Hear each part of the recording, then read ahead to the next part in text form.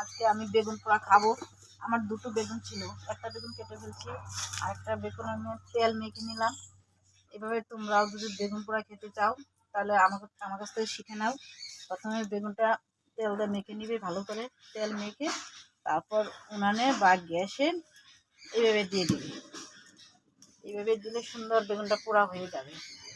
রান্নার আগে বা পরে বা মাঝখানে তোমরা কড়াই নামিয়ে তোমরা করতে পারো জ্বলতে আগুনে।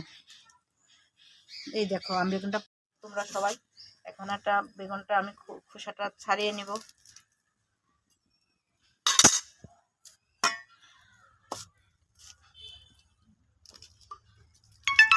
রেখে দিই, একটুখানি লবণ দেব, একটুখানি সরষের তেল দিব,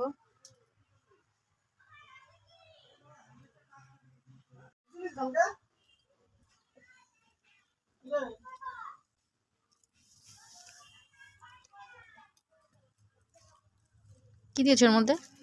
এর মধ্যে আমি পেঁয়াজ কুচি, লঙ্কা কুচি, লবণ দেব আর একটু সরষের তেল দেব। এখন আমার ছেলেকে খেতে দিয়েছি, বেগুন পোড়াটা দিয়ে দিচ্ছি, হেবি টেস্টি হবে। তোমরাও এরকম করে খেয়ে নিবে। তুলবে না আমরা বলে এলাম।